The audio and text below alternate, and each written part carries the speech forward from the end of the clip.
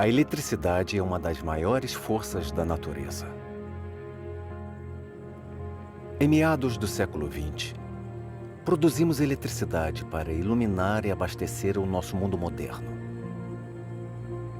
Centenas de anos de invenções e descobertas científicas nos trouxeram até aqui. Mas foi necessário um gênio excêntrico para liberar todo o potencial da força elétrica. No início de 1943, Nikola Tesla olhou para o céu de Manhattan pela última vez.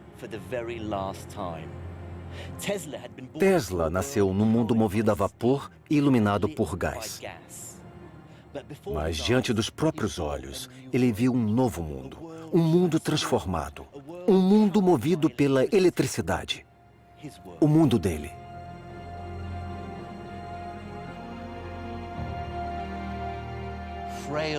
Frágil, solitário e ainda de luto pela morte de um de seus queridos pombos, esse gênio extraordinário e excêntrico sabia que havia realizado seu trabalho. E assim, deitou na cama para morrer.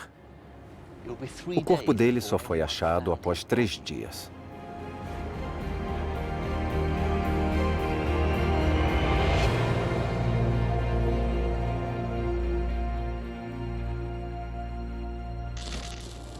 Há mais de 200 anos, cientistas descobriram que a eletricidade poderia ser muito mais que uma simples carga estática. Poderia correr em corrente contínua.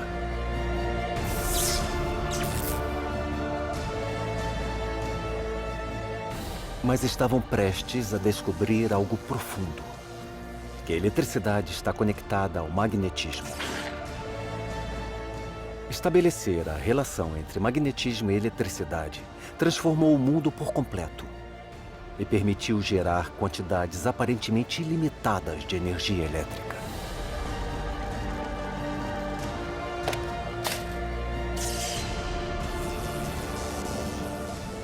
Esta é a história de como cientistas e engenheiros desvendaram a natureza da eletricidade e a usaram num século extraordinário de inovação e invenção. Mas não antes de uma das rivalidades mais chocantes na engenharia ser finalmente apaziguada. A história da eletricidade. Segundo episódio, a Era da Invenção.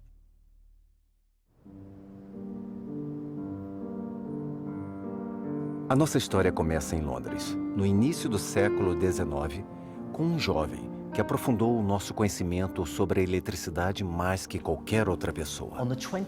Em 29 de fevereiro de 1812, um encadernador autodidata de 20 anos, chamado Michael Faraday, chegou aqui, no Instituto Real da Grã-Bretanha.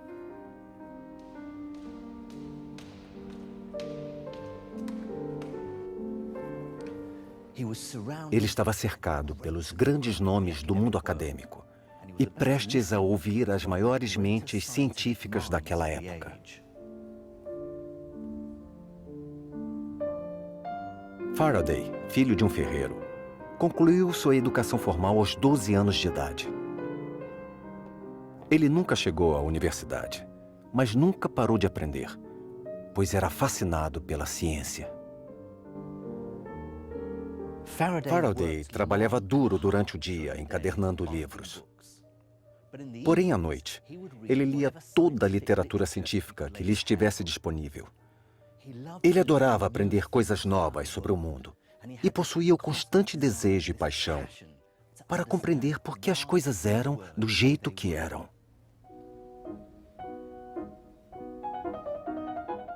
Ler artigos acadêmicos era uma coisa, mas para satisfazer o enorme apetite por conhecimento, Faraday ficava desesperado para ver experimentos com os próprios olhos. Ele finalmente teve uma chance quando foi convidado para assistir a uma das últimas palestras de um grande químico inglês da época, Sir Humphrey Davy. Isso mudou a vida do jovem Faraday para sempre. Após assistir a Davy, Faraday, inspirado e cheio de ideias, soube o que queria fazer da vida. Ele estava determinado a se dedicar ao aprofundamento da ciência. E foi o que ele fez. Após um ano, Davy o nomeou assistente do Instituto Real. Tendo Davy como mestre e chefe, Faraday estudou química em sua completude. Mas o que inspirou suas maiores descobertas? Será que foram as forças invisíveis da eletricidade e do magnetismo? Em 1820, o cientista dinamarquês Hans Christian Ørsted estudava essas duas forças e fez uma descoberta extraordinária. Ele passou uma corrente elétrica por um fio de cobre e o aproximou de uma agulha de bússola magnética. Ele viu que isso fazia a agulha girar. Para ele, foi algo notável. Ele demonstrou pela primeira vez que uma corrente elétrica pode criar uma força magnética. Ele uniu a eletricidade e o magnetismo. Hoje é chamado de eletromagnetismo e é uma das forças fundamentais da natureza. A descoberta de Ørsted despertou um novo espectro de inventividade nos campos da eletricidade. Podemos ver cientistas conduzindo experimentos elétricos e competindo para estabelecer novos elos entre a eletricidade e as outras forças da natureza. No Instituto Real, Faraday traçou o seu caminho recriando o trabalho de Hans Christian, o que marcou seus primeiros passos rumo à fama e à fortuna. Através de sua pesquisa exata, ele concluiu que há um fluxo de forças atuando entre o fio e a agulha da bússola. O dispositivo que desenvolveu para demonstrar isso mudou o rumo da história. Faraday criou um circuito usando uma pilha como essa, 2 fios e um banho de mercúrio. O circuito passa por essas hastes de cobre e esse fio fica pendurado sobre o mercúrio. Como o mercúrio é um ótimo condutor, ele completa o circuito. Quando a corrente passa pelo circuito, ela gera um campo circular de força magnética em torno do fio. Isso interage com o magnetismo de um ímã permanente que Faraday colocou no meio do mercúrio. Juntos forçam o fio a se mover. Faraday provou que essa força invisível realmente existe. Ele estava ali vendo os efeitos dela. O movimento circular. Este lindo dispositivo foi o primeiro a converter uma corrente elétrica em movimento contínuo. Resumindo, é o primeiro motor elétrico.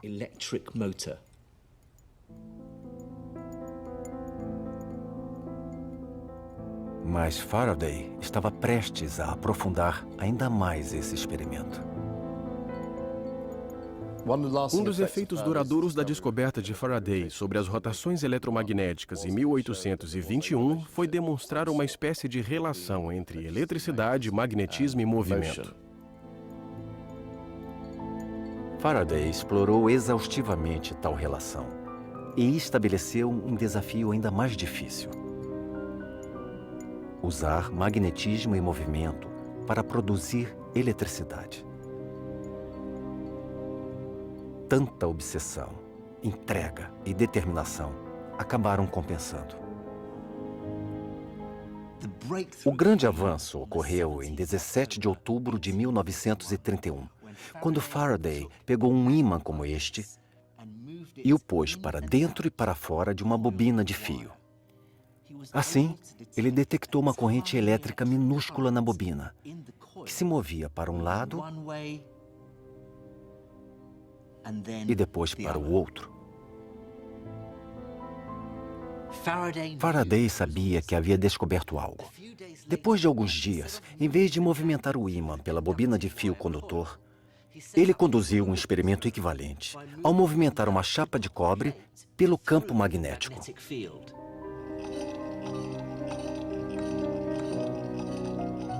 Na época, ele não sabia, Mas enquanto o disco rodava pelo campo magnético, bilhões de elétrons carregados negativamente desviavam do movimento circular original e se deslocavam para a extremidade.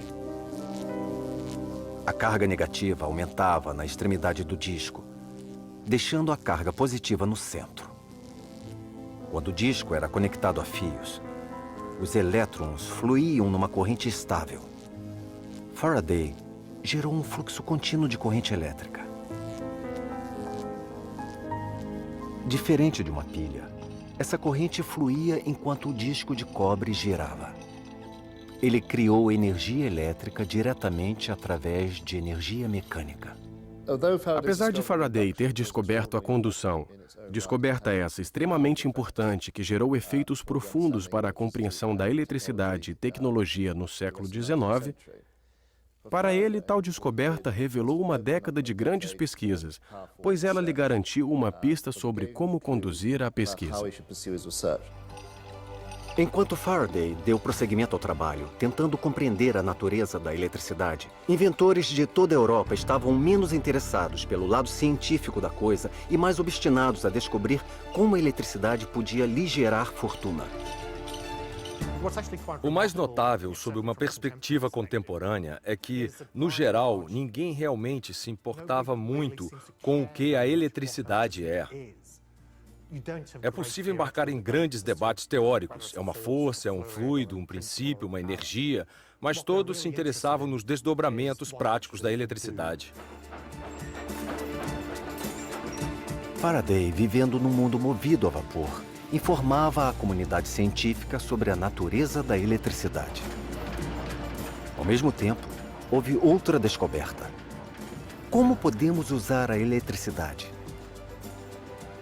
O primeiro dispositivo que tirou a eletricidade do laboratório e a entregou nas mãos de pessoas comuns foi o telégrafo.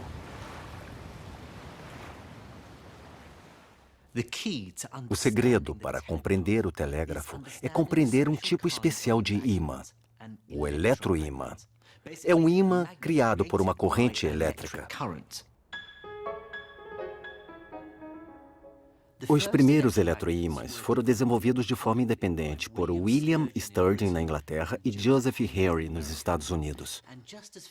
Assim como Faraday descobriu que ao enrolar o fio aumentava a corrente produzida pelo ímã em movimento, Henry e Sturgeon descobriram que aumentar o número de voltas nos fios condutores de corrente produzia um campo magnético mais concentrado. Resumindo, quanto mais fio, mais voltas ele dava e mais forte ficava o ímã. Se eu passar uma corrente elétrica por esse eletroímã, é possível ver os efeitos do campo magnético. Esta é uma experiência bastante conhecida realizada nas escolas. Salpicar limalha de ferro sobre o ímã. Se bater assim, podemos ver a limalha de ferro seguindo os contornos do campo. Isso nos permite visualizar os efeitos do magnetismo. Para tornar um eletroímã ainda mais forte, Henry e Sturgeon descobriram que podiam colocar certos tipos de metal dentro da bobina eletromagnética. O ferro é tão eficiente e fascinante porque podemos considerar que ele é formado por inúmeros ímãs minúsculos, todos apontando para direções aleatórias. No momento, isto não é um ímã. Os ímãs minúsculos no interior estão alinhados de forma semelhante a essas agulhas de bússola. Estão todas apontando para diferentes direções. Mas ao aplicar o campo magnético, todas se alinham juntamente. Os ímãs se combinam e, de forma cumulativa, somam a força do eletroímã. Henry e Sturgeon colocaram 2 bobinas eletromagnéticas em cada braço de uma ferradura para criar algo muito mais poderoso.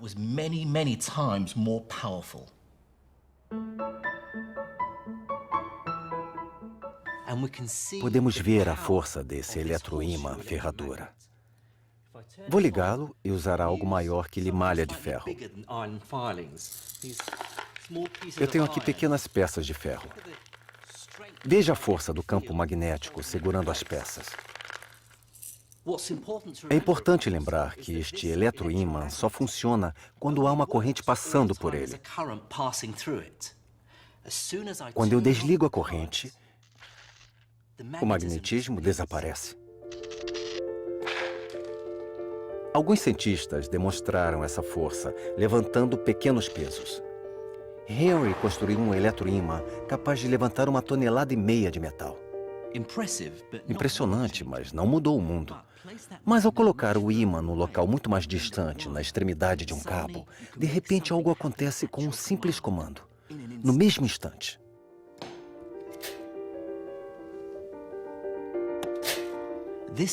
A habilidade de controlar um ímã à distância é uma das descobertas mais úteis. Se a eletricidade pode se tornar visível estando distante da fonte original de energia, temos aí uma fonte de comunicação instantânea.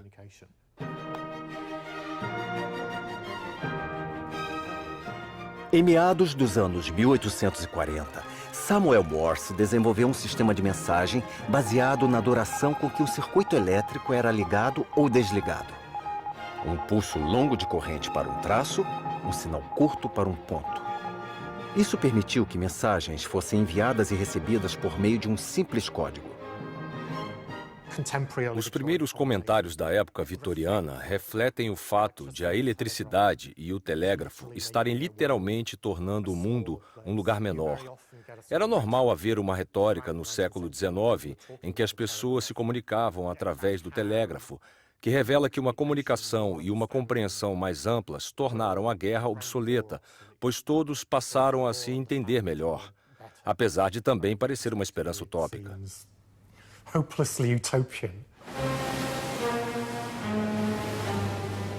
Nos anos 1850, a Europa e os Estados Unidos foram cruzados por bases terrestres de cabos telegráficos.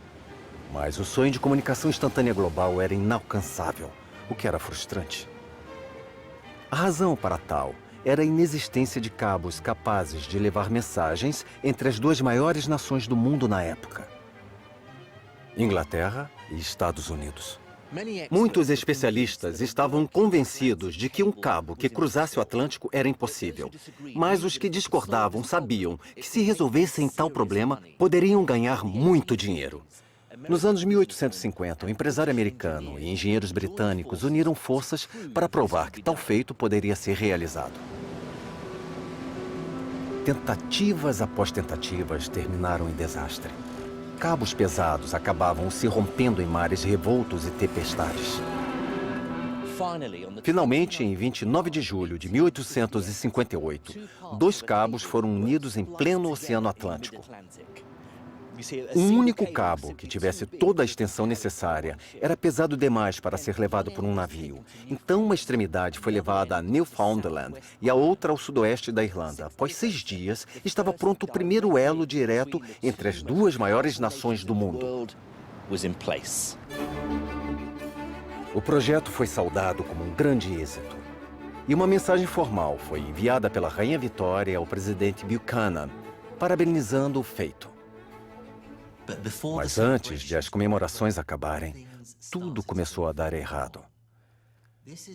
Este é o caderno original de Bright, o engenheiro-chefe. Podemos ver aqui que a mensagem original da Rainha Vitória tinha apenas 98 palavras, mas demorou 16 horas para ser transmitida. Os operadores telegráficos do outro lado acharam muito difícil decifrar a mensagem. Os sinais elétricos recebidos eram confusos e estavam distorcidos. Ficavam pedindo sem parar para que as palavras fossem repetidas. Podemos ver aqui: repetir, após enviar, esperar para receber, sem sinal. Estava claro que fazer uma transmissão através do Atlântico não seria algo tão direto quanto se esperava. Nos dias que se seguiram, centenas de mensagens foram trocadas. Mas as que chegavam em Newfoundland eram quase indecifráveis. Era uma confusão de pontos e traços. Havia um problema sério com o cabo e só piorava. O cabo de 1858 nunca foi totalmente consertado. E seu fim se deu quando o engenheiro inglês Wildeman Whitehouse, erroneamente, acreditou que bastava aumentar a voltagem do sinal para as mensagens chegarem a Newfoundland. e o cabo simplesmente parou de funcionar.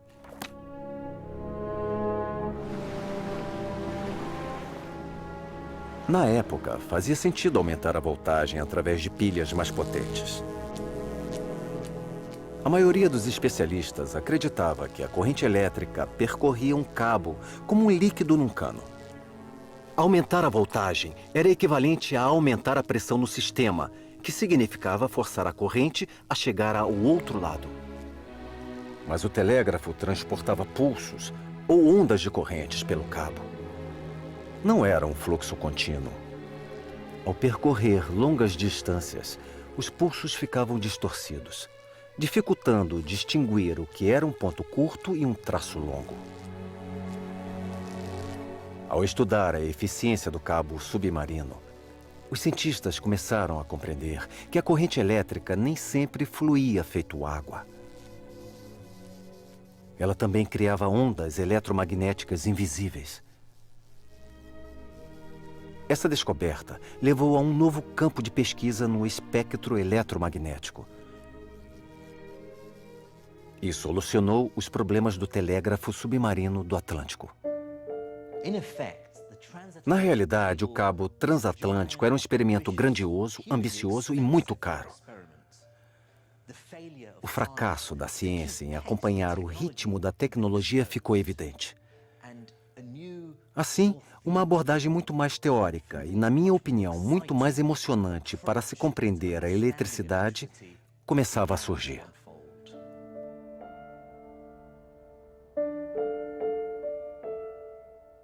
De posse desse novo conhecimento de como os pulsos elétricos se moviam pelo cabo, foram feitas melhorias em sua composição, projeto e elaboração. Foram necessários mais 8 anos de cientistas e engenheiros trabalhando em conjunto para um cabo em perfeito funcionamento ficar pronto. Em 27 de julho de 1866, uma sexta-feira, foi enviada uma mensagem da Irlanda para Newfoundland, clara e nítida. Foi assinado um tratado de paz entre a Áustria e a Prússia. Finalmente, o sonho de comunicação transatlântica instantânea se tornava realidade. O êxito do cabo de 1866 tornou o mundo um lugar menor. Mais uma vez. Um mundo em que eram necessários dias, semanas ou meses para as informações serem transmitidas, se transformou num mundo onde a informação era passada em segundos ou minutos.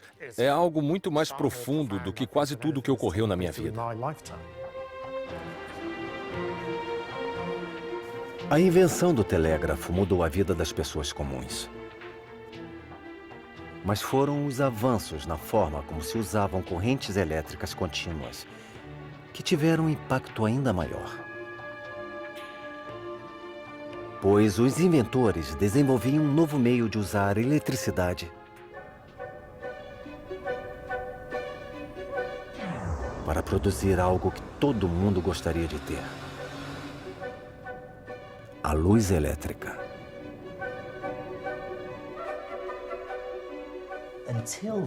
Até o século XIX, só conhecíamos um meio de produzir luz: através da chama.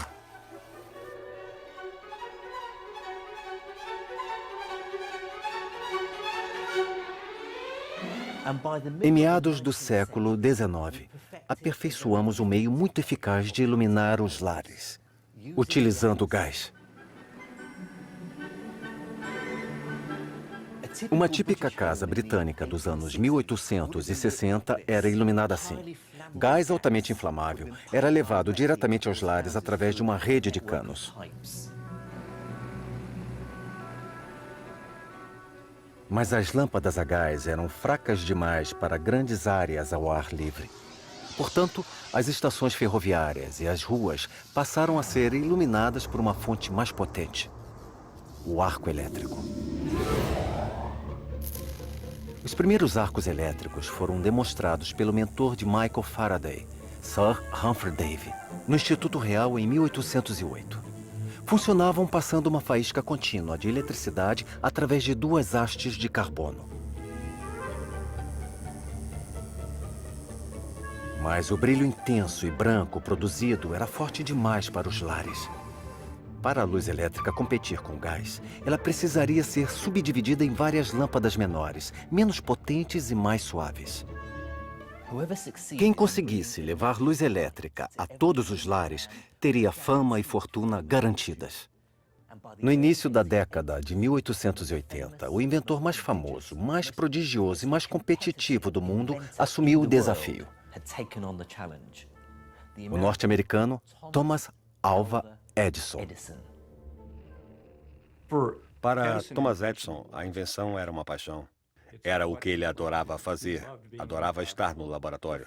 O que mais fomentava tal paixão era o fato de ser uma grande diversão para Thomas Edison. Era o que ele achava mais empolgante, era algo que ele fazia bem e que permitia que ele usasse toda a sua criatividade. Thomas Edison é o senhor invenção elétrica. Era o homem em que todos confiavam, o homem que podia fazer qualquer coisa. Era também um homem que cultivava boas relações com empresários, com pessoas dispostas a investir dinheiro no que ele acreditava e a apoiá-lo nesses empreendimentos. Para ele, dinheiro era o menos importante. Era importante por um motivo: viabilizar a realização do próximo projeto. Thomas Edison reuniu um grupo de engenheiros jovens e talentosos num laboratório de ponta em Nova Jersey, a 40 quilômetros de Manhattan. Menlo Park foi o primeiro laboratório de pesquisa e desenvolvimento do mundo e permitiu que a equipe de Thomas Edison inventasse em escala industrial. Eles trabalhavam por longos períodos. Um membro da equipe disse que mal via os filhos, pois vivia no laboratório.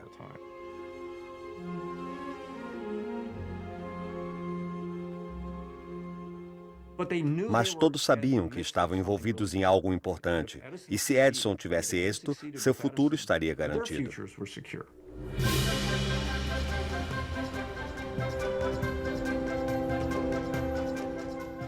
O sonho de Thomas Edison era levar luz elétrica a todos os lares do mundo. Com a equipe de engenheiros por trás e a visão de um futuro elétrico pela frente, ele deu início à batalha. A corrida para levar luz elétrica ao mundo teve início nas grandes cidades da época: Nova York, Paris, Londres. A equipe de Menlo Park de Thomas Edison começou a desenvolver um tipo totalmente diferente de lâmpada elétrica: a lâmpada incandescente. Na realidade, o projeto da lâmpada de Thomas Edison não era uma grande novidade, nem era exclusivo. Inventores franceses, russos, belgas e britânicos aperfeiçoavam lâmpadas semelhantes havia mais de 40 anos.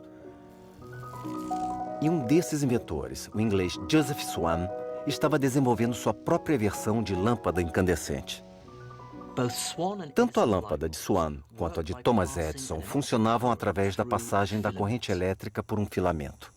Filamento é um material por onde a corrente elétrica atravessa com mais dificuldade do que pelo fio de cobre no restante do circuito. Ele se baseia na ideia de resistência. Neste recipiente há um filamento feito de grafite de lápis. Podemos ver o que ocorre ao passar uma corrente por ele. No nível atômico, os átomos do filamento impedem o fluxo de eletricidade. Portanto, é necessário mais energia para fazê-la passar. Essa energia é depositada no filamento sob a forma de calor. Conforme se aquece, sua resistência sobe, aumentando a temperatura até brilhar incandescente.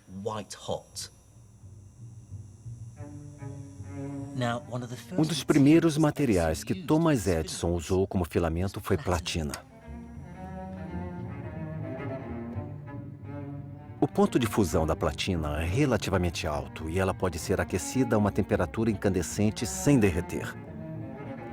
Ela também pode ser transformada em filamentos finos. Quanto mais fino o filamento, mais resistência oferece a corrente que passa por ele. Mas platina era caro. e não oferecia resistência suficiente. Tinha início, assim, a corrida para se chegar a uma alternativa melhor. A solução surgiu quando a equipe de Menlo Park adotou um método que Swan também estava desenvolvendo, usando um vácuo para evitar que filamentos de carbono mais baratos fossem consumidos rapidamente. Thomas Edison e Swan testaram diversos tipos de materiais para os filamentos, desde seda crua a pergaminho e cortiça. Thomas Edison chegou a testar a barba dos engenheiros. Ele acabou se contentando com fibra de bambu, e Swan usou tecido de algodão tratado. Os projetos da lâmpada de Thomas Edison e de Swan eram muito parecidos. Eles acabaram chegando a um acordo e fizeram parceria para vender lâmpadas no Reino Unido. Hoje, muita gente ainda acredita que foi Thomas Edison sozinho quem inventou a lâmpada. E Swan se tornou uma nota de rodapé na história.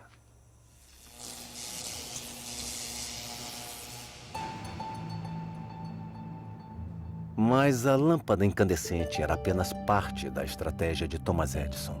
Ele também inventou todo um sistema elétrico de bocais, cabos e medidores que o acompanhavam. Como era um empresário brilhante, ele desenvolveu um meio inovador de distribuir eletricidade. Thomas Edison sabia que o segredo para ganhar dinheiro com o sistema que criara era gerar eletricidade numa estação central e depois vendê-la para o máximo de clientes possíveis. Parece óbvio hoje, mas até então, quem quisesse usar eletricidade tinha que ter seu próprio gerador barulhento para gerá-la. A ambição de Thomas Edison era enorme. Ele queria iluminar a maior e mais emocionante cidade do mundo.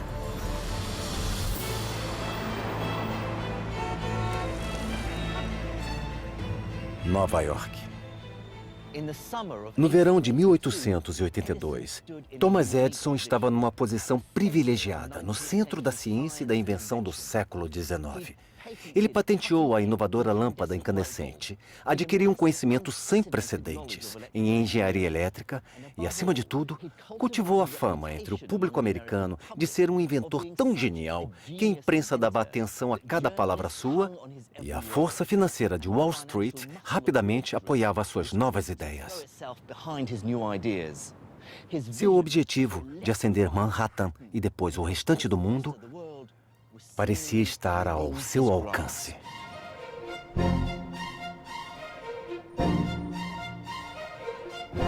Thomas Edison e sua equipe estavam prestes a lançar o projeto mais caro e arriscado até então. A primeira usina elétrica dos Estados Unidos, gerando corrente contínua e direta. Pouco antes das 15 horas do dia 4 de setembro de 1882, Thomas Edison, cercado por um grupo de banqueiros, dignatários e repórteres, entrou no edifício da JP Morgan, aquele ali atrás, ligou um interruptor patenteado por ele e 100 lâmpadas incandescentes começaram a brilhar. Ele se dirigiu a um jornalista e disse: "Realizei tudo o que eu prometi."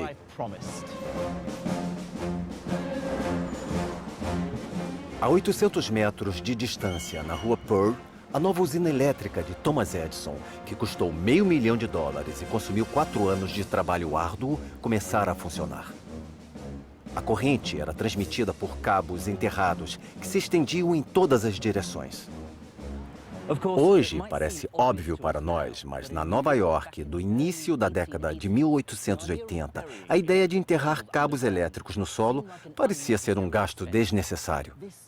Esta rua era cruzada por centenas de cabos usados para telégrafos, telefones e arcos elétricos.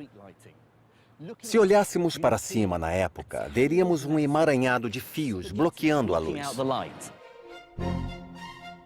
Thomas Edison sabia que essa situação perigosa tinha que mudar. Para ganhar o máximo de dinheiro possível, a eletricidade precisava de uma nova cara. Era necessário ser considerada segura. Thomas Edison defendia uma maior segurança do sistema de baixa tensão e fiação subterrânea. Ele defendia ter um sistema muito mais seguro que o do arco elétrico para as ruas e que o da iluminação a gás usada nos interiores. Não sendo necessário se preocupar com incêndios nem eletrocução, tudo era muito mais seguro devido ao sistema subterrâneo que ele criou.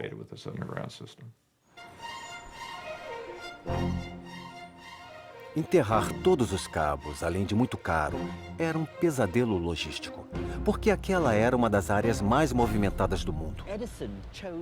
Thomas Edison escolheu esta área por um motivo. Wall Street, rica, importante, influente. Para o sistema de Thomas Edison gerar lucros, os clientes ricos tinham que estar até 1,5 km de distância da usina elétrica.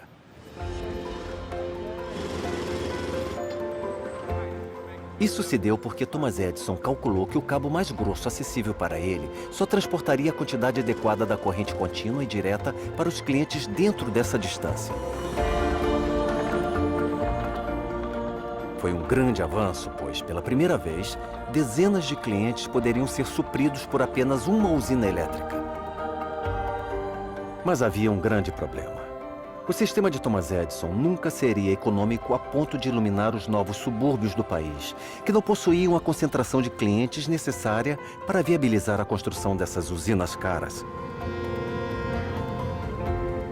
Se tivéssemos considerado apenas a forma concebida por Thomas Edison de gerar e distribuir eletricidade, o mundo seria um lugar muito diferente.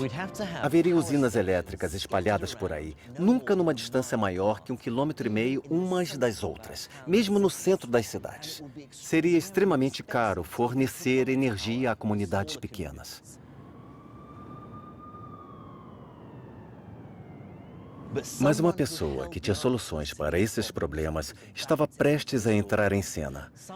Essa pessoa ajudou a criar o mundo moderno e teve um papel crucial numa das maiores disputas da história científica. Ele se chamava Nikola Tesla e estava bem debaixo do nariz de Thomas Edison.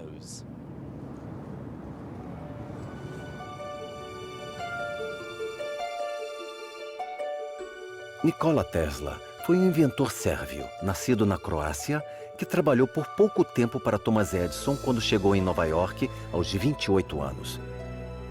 Europeu, introvertido e muito pensativo, ele era tudo o que Thomas Edison não era. Edison e Tesla eram completamente diferentes na maneira de ser, no jeito como se apresentavam, nos modos e na forma de construírem a imagem pública própria. Thomas Edison não estava nem aí para as roupas que usava. Se derramava substâncias químicas no melhor terno que tinha, ele não se importava. Ele era um cara muito desleixado. Já Nikola Tesla, mesmo sendo um jovem na casa dos 20 anos, se atentava à aparência e à forma como se apresentava às pessoas.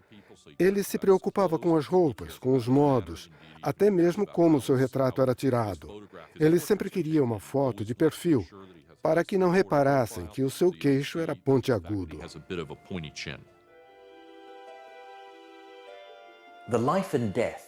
A vida e a morte de Nikola Tesla é uma das histórias mais fascinantes e trágicas de genialidade científica, rivalidade impiedosa e golpes publicitários chocantes. O público americano ficou impressionado com as novas usinas elétricas de corrente contínua de Thomas Edison, mas Tesla não achou nada demais. Ele vislumbrava a eletricidade transmitida a cidades inteiras, até mesmo nações. E ele acreditava saber como realizar isso usando um tipo diferente de corrente elétrica.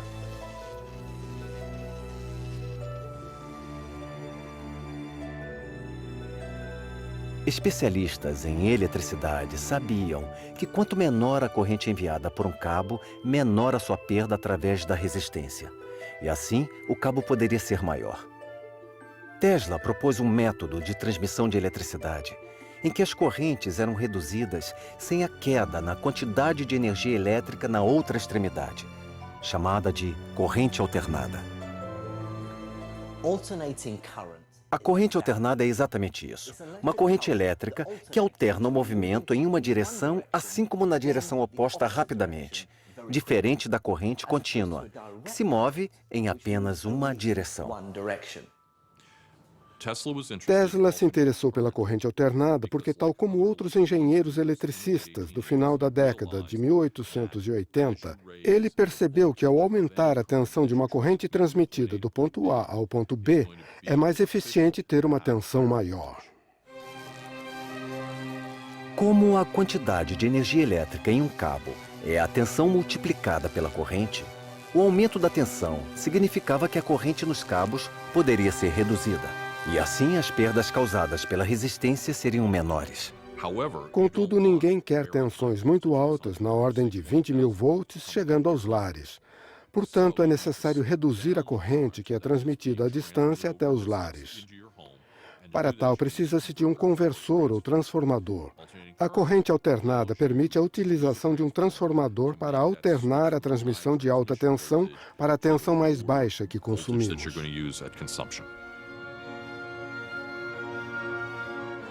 Aperfeiçoar a tecnologia para transmitir eletricidade a centenas de quilômetros de onde ela é gerada foi um passo gigantesco rumo ao mundo moderno. E um rico empresário industrial já estava desenvolvendo a solução. Ele era George Westinghouse. Westinghouse acreditava que a corrente alternada era o futuro, mas tinha uma grande desvantagem.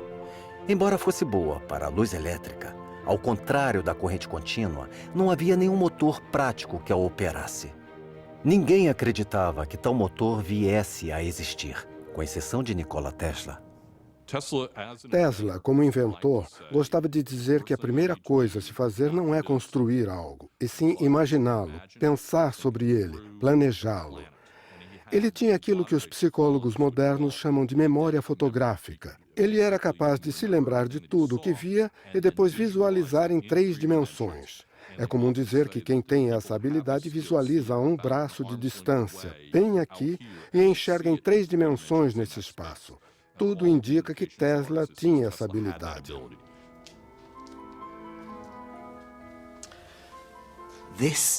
Este é o ovo de Colombo de Tesla. É uma réplica do que foi usado por Tesla para demonstrar sua maior descoberta e uma das invenções mais importantes de todos os tempos. Ele mostrou como o movimento giratório pode ser produzido diretamente a partir de uma corrente alternada, principalmente na corrente gerada a milhares de quilômetros. Foi algo que nunca havia sido feito.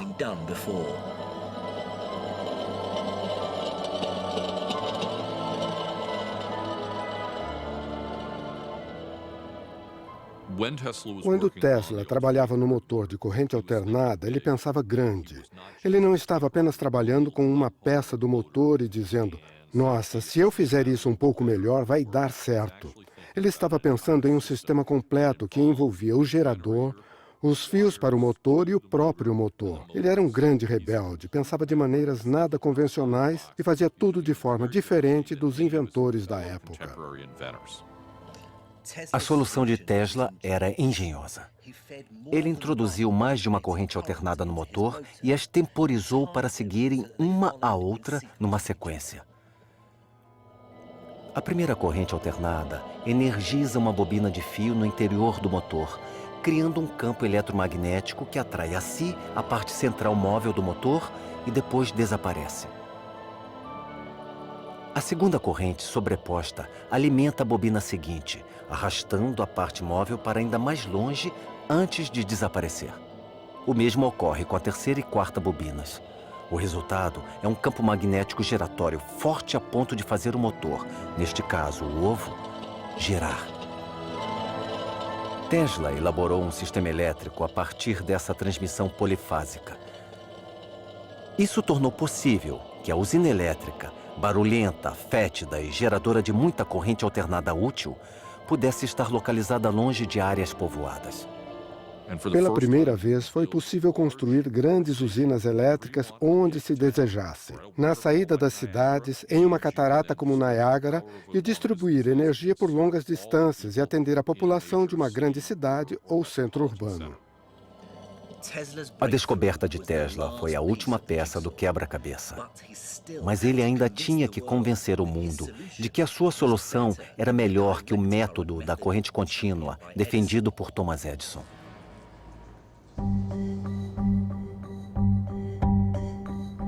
Thomas Edison seguiu disseminando o sistema de corrente contínua, construindo usinas elétricas por todo o estado de Nova York. Mas Tesla conheceu George Westinghouse, o homem que poderia realizar os sonhos dele. Em julho de 1888, Westinghouse fez uma oferta pelas patentes de Tesla. Ela se tornou parte do mistério e lendas em torno da história de Nikola Tesla. Mas é difícil separar os fatos da ficção. Tesla recebeu $75 mil pelas patentes de corrente alternada e seria pago $2,50 por cada cavalo de força gerado por seus motores. Era garantia de riqueza pelo resto da vida. Mas não foi o que aconteceu. Hoje nós sabemos que, na época, o sistema de corrente alternada era um método muito melhor de transmissão de energia elétrica. Era de se esperar que, com os avanços de Tesla, nada atrapalharia o êxito da corrente alternada contra a contínua. Mas um homem ainda acreditava em suas invenções de corrente contínua.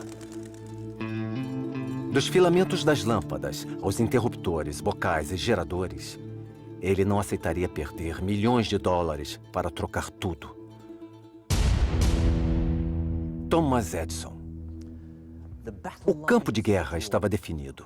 Westinghouse e Tesla travaram uma batalha acirrada com Thomas Edison pelos lucrativos contratos de iluminação de Nova York. Dois sistemas completamente diferentes disputando um prêmio cobiçado. A chance de iluminar os Estados Unidos e, posteriormente, o mundo. Isso ficou conhecido como a Guerra das Correntes. Os dois lados tentavam vencer no preço. Mas Thomas Edison acreditava que sua querida corrente contínua era melhor que a corrente alternada por ser mais segura. Encostar no cabo de Edison, que era de baixa tensão, era doloroso, mas relativamente inofensivo. Já os cabos de corrente alternada transportavam uma tensão muito maior, e encostar no cabo desses poderia ser fatal. Mais uma vez, Thomas Edison estava tentando definir seu sistema CC como seguro, como melhor que o arco elétrico, melhor que o gás e melhor que a iluminação incandescente de alta tensão da CA. Era o sistema seguro. Ao adotar o sistema, sabia-se que era seguro. Thomas Edison afirmava que a CA era um tipo mais perigoso de corrente do que a CC. Ele destacava os incêndios e acidentes ocorridos com operários de Westinghouse causados por curtos-circuitos.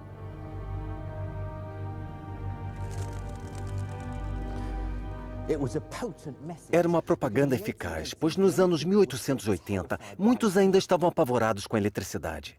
Ela podia dar choque e até matar instantaneamente, e as razões para tal ainda não eram totalmente compreendidas. Para muitos, a ideia de canalizar esse assassino invisível rumo aos lares era ridícula. Portanto, a arma usada na Guerra das Correntes foi o medo. Um engenheiro pouco conhecido, Harold P. Brown, estava prestes a levar a luta contra a CA a um novo patamar. Foi uma das campanhas publicitárias mais radicais e negativas na história da humanidade. Brown desenvolveu uma forma singular e teatral de demonstrar o poder mortal da CA. Ele estava ansioso para exibi-la ao mundo. Em uma noite quente de verão, em julho de 1888, ele se reuniu com 75 grandes engenheiros eletricistas do país e repórteres para testemunhar um espetáculo que nunca esqueceriam.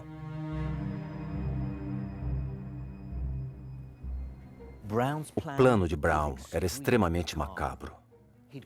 Ele pagou um grupo de meninos de rua para pegar cães vira-latas soltos por Manhattan No palco, ele se dirigiu à plateia. Convidei os senhores para testemunhar o uso experimental de eletricidade em animais irracionais. A demonstração consistia em eletrocutar os cães com energia de CC e CA na tentativa de provar que a corrente alternada matava mais rápido. E não foram apenas cães. Brown continuou realizando espetáculos públicos, nos quais matava um bezerro e até mesmo um cavalo. Ele passou de cães para animais maiores por um motivo. Ele queria provar que a energia da CA era tão perigosa que podia matar qualquer mamífero de grande porte, incluindo seres humanos.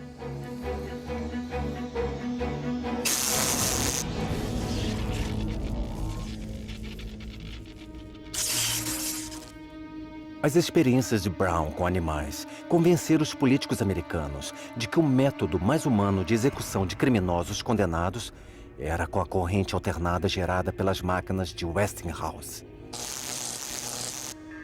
Os advogados de Thomas Edison sugeriram o uso de um novo termo para a eletrocução dessa forma: ser Westinghoused. Precisamente às 6h32 da manhã do dia 6 de agosto de 1890, um homem de 45 anos, William Kemmler, foi amarrado a uma cadeira de madeira e 2 eletrodos ensopados foram cuidadosamente colocados nele. Enquanto 26 funcionários e médicos observavam da outra sala, Kemmler se despediu do capelão da cadeia e esperou.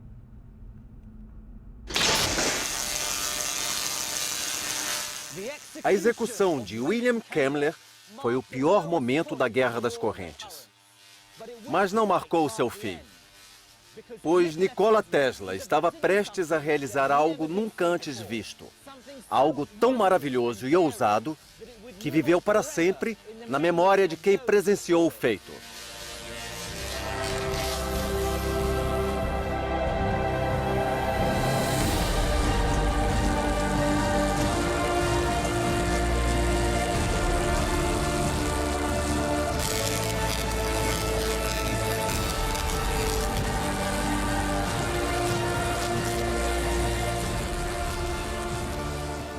Tesla vinha desenvolvendo um método de geração de correntes alternadas de alta frequência.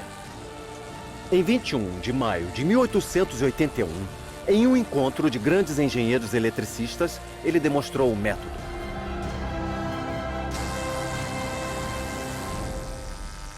Numa exibição quase mágica de incrível poder e surpresa, sem usar cota de malha nem máscara de segurança, dezenas de milhares de volts produzidos por uma bobina de Tesla atravessaram o corpo dele até a extremidade de uma lâmpada que ele segurava.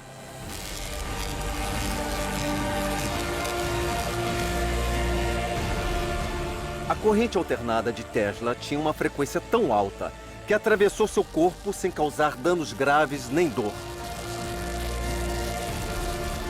A demonstração revelou que, se manejada corretamente, a corrente alternada em tensões extremamente altas podia ser segura. A Guerra das Correntes foi vencida por Westinghouse e Tesla. Em 1896, a nova usina elétrica foi concluída nas cataratas do Niágara, usando geradores de CA de Westinghouse para produzir a corrente polifásica de Tesla. Finalmente, grandes quantidades de energia poderiam ser transmitidas das cataratas até próximo a Buffalo. Alguns anos depois, a usina de Niágara fornecia energia à cidade de Nova York.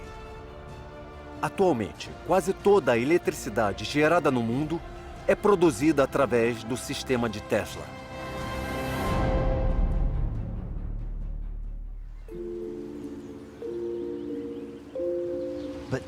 Mas a história de Tesla não termina com fama e fortuna.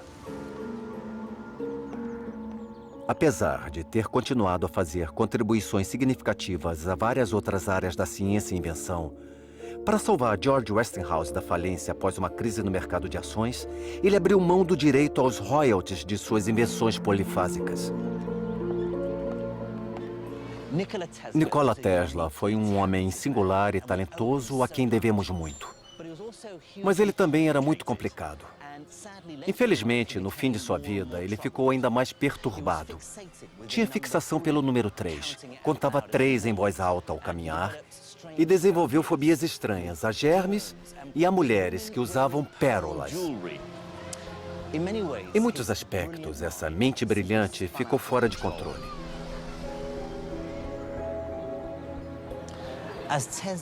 A vida de Tesla ia passando e ele ia se afastando das pessoas, encontrando consolo em outras coisas. Ele ficou obcecado por pombos e era sempre visto alimentando as aves no Bryant Park, no centro de Manhattan. Ele se apegou muito a um pombo branco. Quando a ave morreu, ele ficou desolado.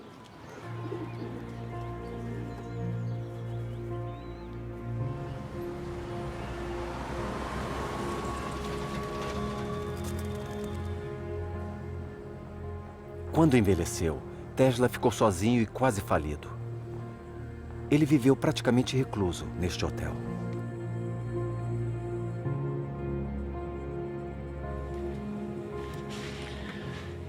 Seus últimos anos de vida foram passados aqui no quarto 3327 do New York Hotel. Triste, confuso e na miséria.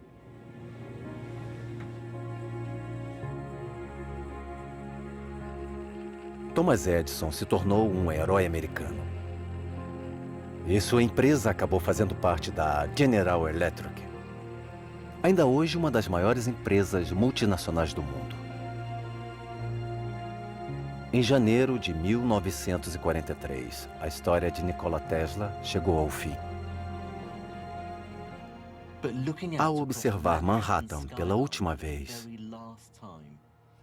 ele viu um céu iluminado por luzes reluzentes e 1 milhão de vidas transformadas por sua genialidade.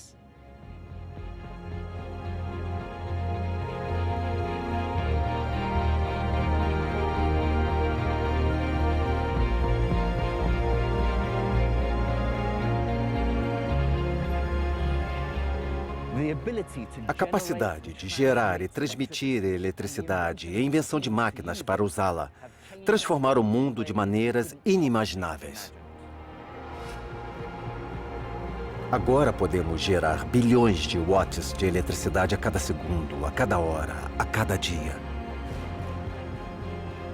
Independente de usar carvão, gás ou fissão nuclear, todas as usinas elétricas se baseiam nos princípios descobertos e desenvolvidos por Michael Faraday, Nikola Tesla e todos os engenheiros eletricistas pioneiros dessa maravilhosa era da invenção. Para nós, a eletricidade não é nada demais. Esquecemos que ela já foi uma força mágica e misteriosa. Mas não podemos esquecer uma coisa. Hoje, sem ela, o mundo moderno entraria em colapso e a vida seria muito diferente.